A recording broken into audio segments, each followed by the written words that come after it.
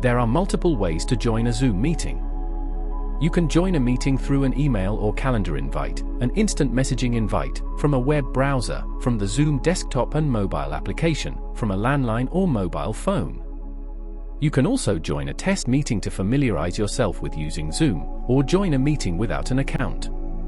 Before joining a Zoom meeting on a computer or mobile device, you can download Zoom from the Download Center.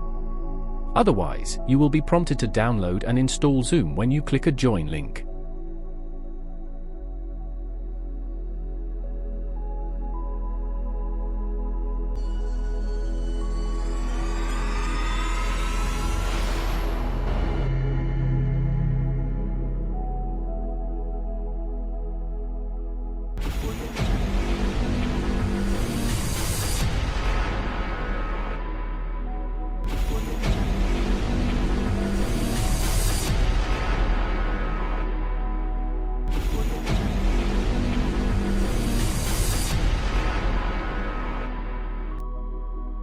Change language subtitle settings.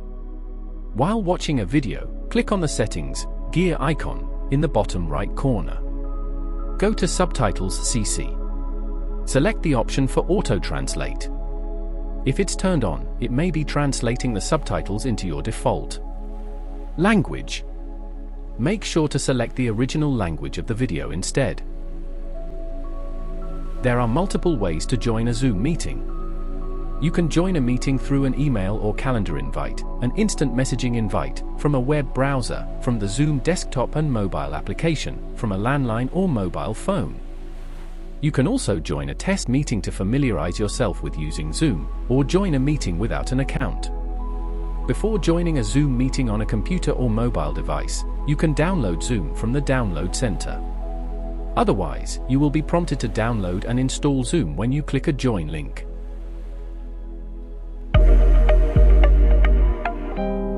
Welcome! In this video, we'll take a look at 3 simple ways to find and join a meeting. Let's get started. The first way to get to a Zoom meeting is through an invite link, which can be found inside the body of an email invitation, like this one, or the body of a calendar invitation, like this one. Simply click or copy-paste the URL when you're ready to join the meeting. If you've used Zoom before, the meeting will launch upon click. If you have not used Zoom yet, you'll be prompted to follow a few simple steps to download it. For this reason, try to arrive a few minutes early if you're brand new to Zoom meetings.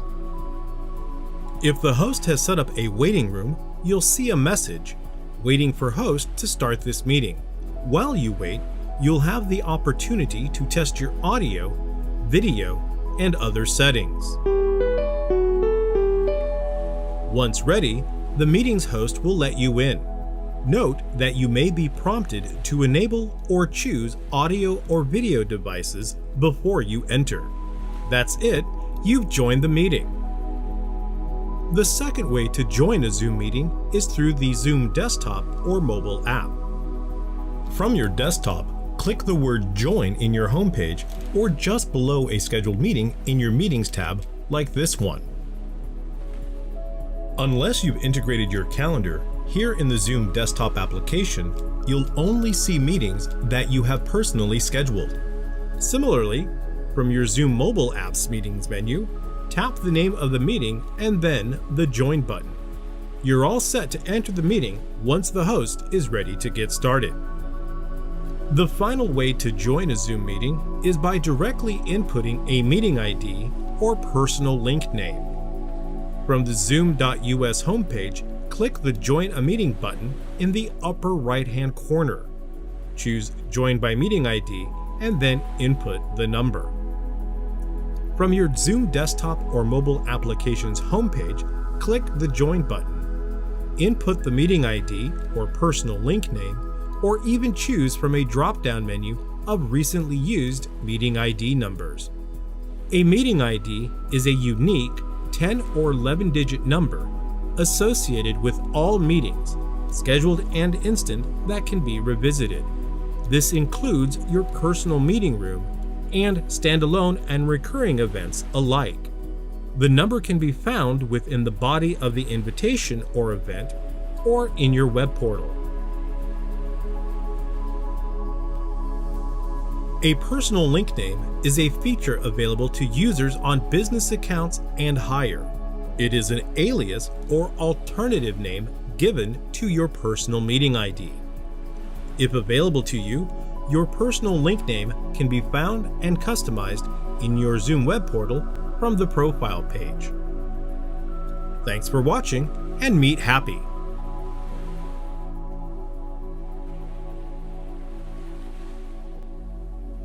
So step number 1, look for Zoom Cloud Meetings in your Play Store or App Store. Then install the app and press open. And you will be redirected to this page here where you have the opportunity to join a meeting. You don't have to create a Zoom account to join a meeting. So you can join a meeting by installing the app onto your phone, and then once you open the app, you can join a meeting like this. So if you press on join a meeting, you need the meeting ID in order to join the meeting. And the host of that meeting will send you the meeting ID and also a password if that is required. Also, when you are joining a meeting, you have 2 options here. You can select the first option if you want to mute yourself when you're entering the meeting, and you can select the second option if you want your video turned off when you're entering the meeting. Obviously, you can turn on both options once you are in the meeting.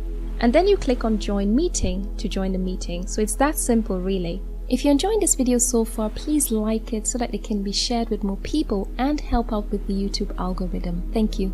And this is what happens when the host or organizer is inviting you to join a meeting. So for example, if I want to invite participants by sending them a message, I click on message, then I choose the person I want to send the invitation to, then I need to add the meeting ID and password to the message and send. And then when somebody clicks on this link, they can join the meeting by downloading Zoom onto their phone and by adding the meeting ID and password if it is required to join the meeting. This is how easy it is. You will also be asked by your phone to allow access to your phone's camera, audio, and other settings. And you can see now there are 2 participants taking part in the meeting, myself the host and DR. And as a participant, you can use the raise hand feature to alert the host that you want to speak without interrupting the meeting. So I can see here on my phone as the host that DR wants to speak because his hand is raised. And if I tap on DR, I can choose as the host to lower his hand, to unmute him, to chat with him, to make him a host. So there are many other options that I have here. Guys, if you found this video useful, please give it a thumbs up. Also, if you need a detailed step-by-step tutorial about how to use Zoom on your desktop or how to use Zoom on your iPhone or Android phone, then I will link those 2 tutorials right here now at the end of this video and in the description box as well. Thank you for watching and see you in the next video. Bye-bye.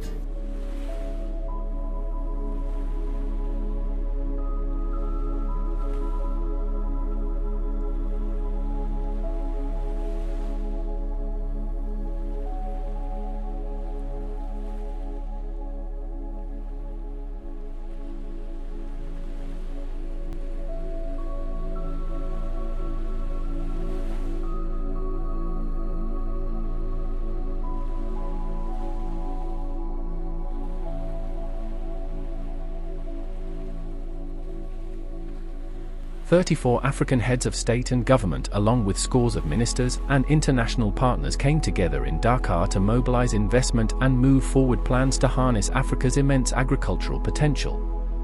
Technology is key to transformation. Many of the presidents at Dakar too said that technology was key to increasing farmer yields across Africa. Although 60% of the world's uncultivated arable land is in Africa, smallholders would not need to cut down forests if they were able to increase the productivity on their existing farms. 34 African heads of state and government along with scores of ministers and international partners came together in Dakar to mobilize investment and move forward plans to harness Africa's immense agricultural potential.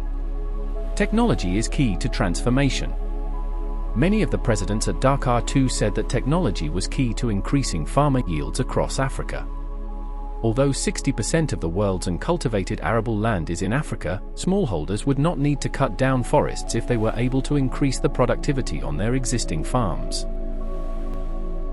Standing success story. Thank you very much. In Zimbabwe, we have adopted basic philosophy, which is village philosophy. 1, we say a country must be ruled by the people of that country.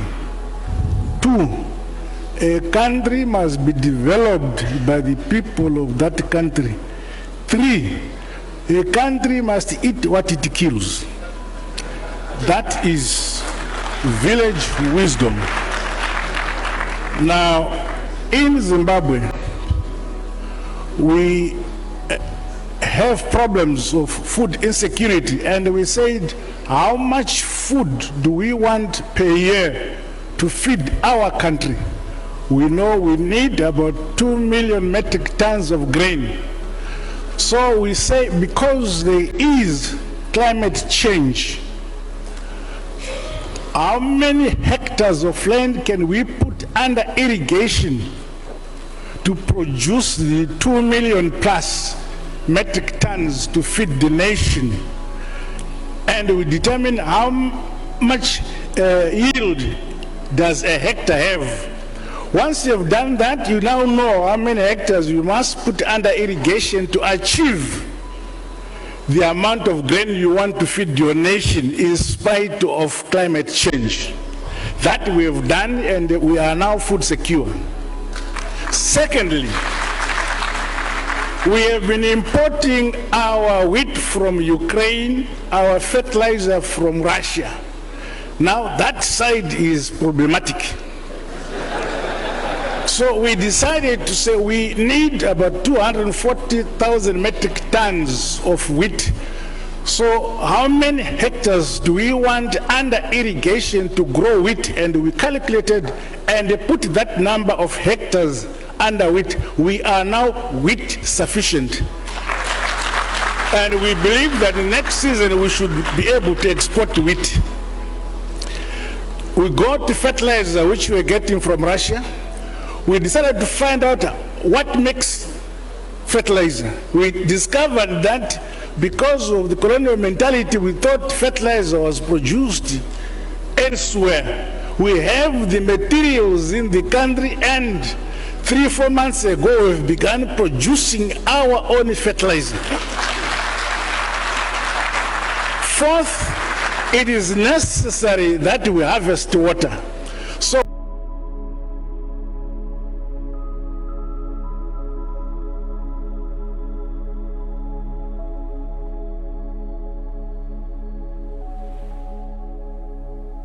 as the onset of the short rains approaches, October-December, Cabinet was briefed on preparations for seedling distribution under the National Landscape and Ecosystem Restoration Strategy 2023 to 2032, which aims to plant 15 billion trees. Cabinet acknowledged with appreciation the growing partnership between the public and private sectors in advancing the tree planting campaign. In that regard, and in an effort to further deepen the partnership from the grassroots, Cabinet directed the Ministry of Environment, Climate Change, and Forestry to establish a more robust framework for community-based forest associations to further empower local communities in forest conservation efforts. $1 billion will be spent on the acquisition of modern equipment that will enable inmates to receive skills that will in turn help them produce high-quality products. The government will spend $2 billion to buy modern farming equipment to mechanize all prison farms. The government will spend $3 billion to improve correctional facilities and the welfare of prisoners and prison staff across the country, Interior CS Kithuo Kindiki has said. He said on Monday $1 billion will be spent on the acquisition of modern equipment that will enable inmates to receive skills that will in turn help them produce high-quality products. The CS said the government is determined to restore the dignity of inmates by providing decent uniforms, mattresses and beds. We are determined to entrench reforms that our prisons so desperately require to rescue them from their dilapidated state. We also prioritize the welfare of inmates and prison staff, and in a bid to restore their dignity Strengthening communities. Community engagement brings people together, helping to create stronger, more resilient communities. It fosters a sense of belonging and mutual responsibility, both essential for community cohesion. Addressing common needs. By involving residents in decision-making processes, community engagement ensures that the initiatives and agendas implemented are relevant and responsive to the community's needs. It's a bottom-up approach that allows for effective problem-solving and resource allocation. From a point of view, the statement itself suggests that people with right attitude and choices can escape poverty. Implicitly, this also means that people are poor because they aren't working hard and they once made bad choices and decisions that landed them in poverty and kept them there. Poverty is a state of mind that can be changed by self-belief. Staying happy with the bare minimum and having a rich mindset will be effective. We can focus on things we have rather than those we want to have. Happiness can be attained without a huge amount of money.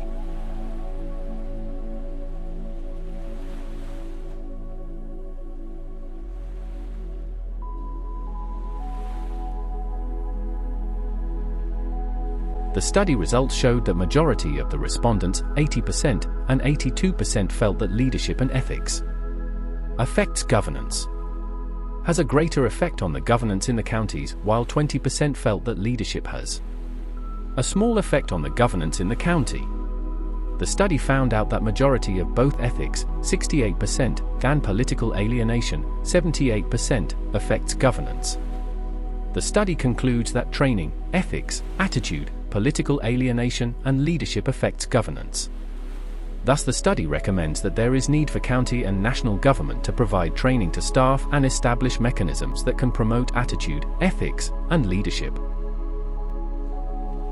Chemicals play a crucial role in farming, with nearly 4 billion tons of pesticides and 12 billion kilograms of agricultural plastics used every year. Despite their benefits for food yields, these chemicals pose significant risks to human health and the environment. As many as 11,000 people die from the toxic effects of pesticides annually, and chemical residues can degrade ecosystems, diminishing soil health and farmers' resilience to climate change. The opening burning of agricultural plastics also contributes to an air pollution crisis that causes 1 in 9 deaths worldwide. Highly hazardous pesticides and mismanaged agricultural plastics release toxic persistent organic pollutants, POPs, chemicals which don't break down in the environment and contaminate air, water, and food. These inputs are generally cheaper than sustainable alternatives, giving farmers little incentive to adopt better practices. What are biofertilizers? Biofertilizers are preparations containing beneficial microbes. These microbes promote plant growth by increasing the amount and availability of nutrients for plants and improving the growth of plant roots. Some are solid, such as native microbe mixture or bokashi, explained in other booklets. Others are in a liquid form. Some, like bokashi, are made in the presence of air, aerobic, and others are made in an environment without air, anaerobic.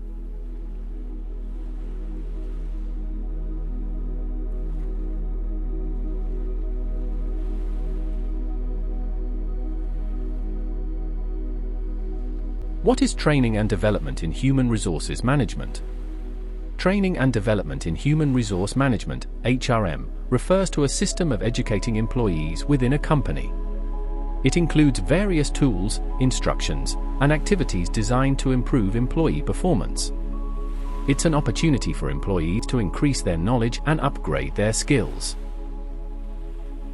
School garden programs are multi-year intervention packages incorporating agriculture, nutrition and water, sanitation and hygiene, education, and community outreach to improve community food security and nutrition. Good nutrition relies on healthy food systems, access to health services, and clean environments. Advantages of online learning: flexibility, reduced costs, more free time, increased course variety, career advancement opportunities, increased collaboration, personalized education, enhanced time management skills. Today's learners and teachers deserve innovation beyond online textbooks or videos, even beyond gamification. The benefits of educational content that are developed and produced as interactive, digital environments and utilize multiple tools within the platform go beyond increasing engagement in students and decreasing upkeep costs for institutions. Students who engage with digital learning environments that are thoughtfully designed and presented in innovative ways are more likely to retain more information and perform better academically.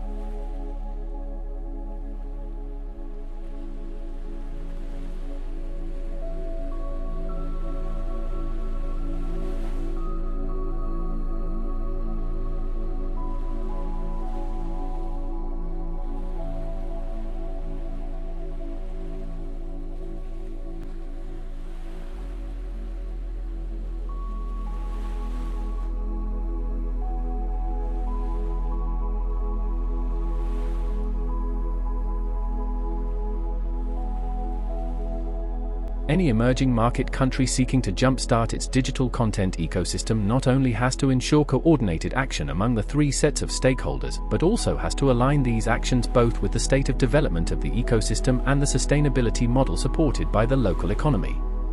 Both private and public stakeholders need to take part in developing and sustaining the digital content and services ecosystem that drives digital inclusion in a country. Instruction: educators are essential to digital learning. Technology may change the role of the teacher, but it will never eliminate the need for a teacher. With digital learning, teachers will be able to provide the personalized guidance and assistance to ensure students learn and stay on track throughout the year and year after year. Communication and connectivity: technology has enabled us to connect with people worldwide and collaborate with them instantly. Social media platforms have transformed the way we share information, connect with others, and create online communities.